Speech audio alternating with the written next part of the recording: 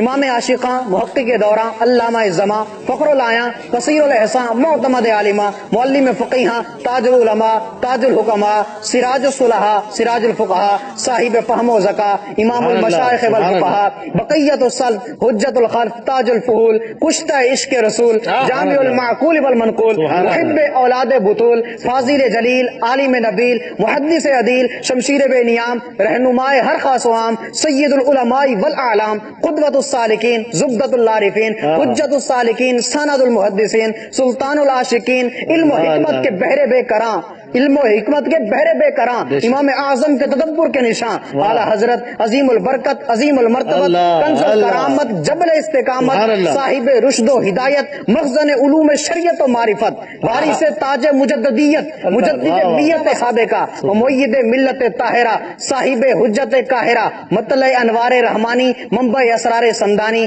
کاشف رموز پہنانی، فانوس نور حقانی، نائب غوث جیلانی، جانشین امام ربانی، حق و صداقت کی نشانی، الحافظ، العالم، الفاضل، المحدث، المفسر، المدقق، المحقق، المفکر، المؤرخ، الشاہ امام احمد رضا خان نور اللہ مرقدہ کی یہ خصوصیت ہے، یہ ان کی شان ہے کہ آپ کو صرف ایک فن کے اندر نہیں، دو فنون کے اندر نہیں، تین فنون کے اندر نہیں، چار کے اندر نہیں، پانچ کے اندر نہیں، بلکہ 50 فنون پر مہارت تامہ حاصل کی، اور بعض علماء کرام نے تو اس سے بھی زیادہ علوم گنوائے،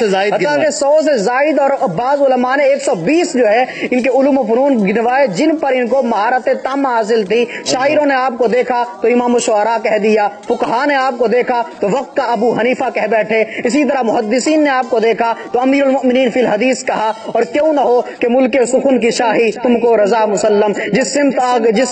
گئے ہو سکے بٹھا دیے ہیں، یہ امام احمد رضا کی شان ہے۔ آپ سے تو اب پیار ہونے لگا ہے، آپ نے اعلیٰ حضرت کی اتنی زبردست شان اور وہ الفاظ بیان کیے ہیں، ماشاءاللہ ماشاءاللہ، بہت مزہ آیا، ماشاءاللہ، یہ بھی فیضان امیر علیہ سنت ہے، اور حق کے رضویت تو اب بھی ادا نہ ہو، اعلیٰ حضرت کی شان اس سے بھی کہیں بلند ہے، ورا ہے۔ محمد رضا مرشد امام محمد رضا۔